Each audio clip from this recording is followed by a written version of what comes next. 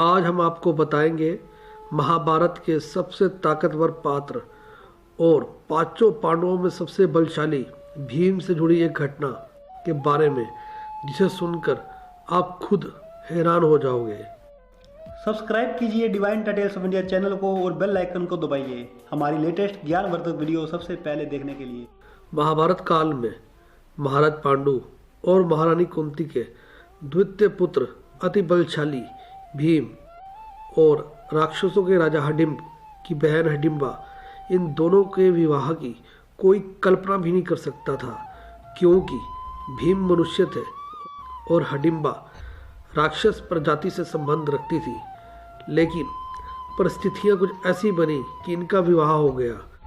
दुर्योधन, शकुनी और अन्य कौरवों ने मिलकर पांडवों की हत्या करने के लिए षड्यंत्र रचा और इस षड्यंत्र के अंतर्गत उन सभी ने मिलकर लाहक और मांस से लाक्षागृह बनाया। उसमें कौरवों ने आग लगा दी। इस लाक्षागृह की आग से पांडव जैसे तैसे बचकर निकल गए। यहाँ से बचकर गुप्त मार्ग से वो जंगल में प्रवेश कर गए और वन में भटकते भटकते उन्हें रात हो गई। महारानी कुंती और सभी पांडव रात होने पर जंगल में सो गए।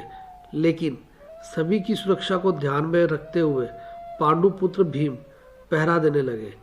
उस वन में राक्षसों का राज था। राक्षसों के राजा हिडिंब ने इस पूरे वन में अपनी माया का एक जाल बिछाया था। सभी राक्षस नरभक्षी थे, यानी कि वो भोजन के रूप में मनुष्यों को खाते थे। राक्षसों के राजा हिडिंब ने मनुष्य की गंध महसूस कर ली थी। अब वो सभी पांडवों को अपनी राक्षस प्रजाति का भोजन बनाना चाहते थे। इसके लिए राजा हिडिंब ने अपनी बहन हिडिंबा को बुलाया और उसे उन सभी मनुष्यों को अपने निवास तक लाने का काम सौंप दिया। अपने भाई हिडिंब का आदेश पाकर हिडिंबा इस कार्य को पूरा करने के लिए पांडवों को ढूंढने के लिए निकल पड़ी। जब हिडिंबा वहां गई तो उसने देखा कि सभी पांडव विश्राम कर रहे हैं और उसमें से भीम वहां पहरा दे रहे थे। राक्षसी हिडिंबा भीम को देखकर उस पर मुग्ध हो गई और उनसे प्रेम करने लगी। तब राक्षसी हिडिंबा ने सुंदर सा रूप धारण कर भीम के सम्मुख जा खड़ी हुई और उनसे अपने विवाह की बात करने लगी। और इसी के साथ वो अपने असली रूप में आ गई और अपने भाई हिडिंब कि सभी पांडवों को खा जाने की योजना बताई। भीम को इस बात पर क्रोध आ गया। माता कुंती के साथ सभी पांडव राक्षसों के निवास राजा हिडिंब के पास पहुंचे।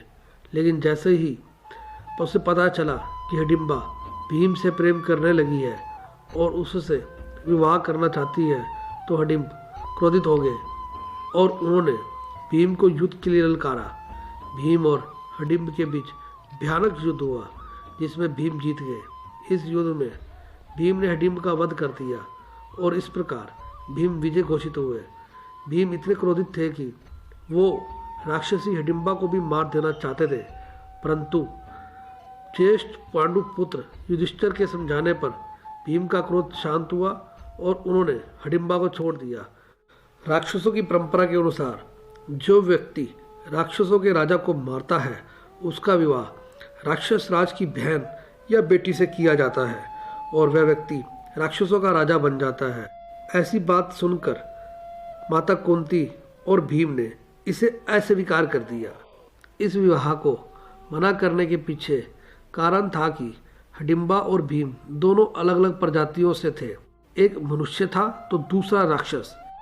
तब हिडिंबा ने माता कुंती को विश्वास दिलाया कि उन दोनों की प्रजातियों के भिन्न होने के कारण किसी भी पांडव को कोई मुश्किल नहीं होगी। जैसे ही हिडिंबा को संतान की प्राप्ति हो जाएगी, वैसे ही वो इस स्थान को छोड़कर जा सकते हैं। हिडिंबा के इस वचन को सुनकर माता कुंती ने भीम और हिडिंबा का विवाह करवा दिया। विवाह के बाद भीम को राक्षसों का राजा घोषित किया गया। इस प्रकार समय बीत गया और 1 वर्ष में ही हिडिंबा और भीम के घर पुत्र का जन्म हुआ, जिसका नाम घटोत्कच रखा गया। अब हिडिंबा के वचन के कहे अनुसार सभी पांडव और माता कुंती उस स्थान को छोड़कर चले गए। इस समय भीम ने अपने पुत्र घटोत्कच को राक्षसों का नया राजा नियुक्त किया और अपने परिवार से विदा ली। आपको यह हमारा वीडियो कैसा लगा हमें कमेंट करके जरूर बताएं। आपसे फिर मिलेंगे एक नए वीडियो के साथ, तब तक के लिए जय श्री कृष्ण।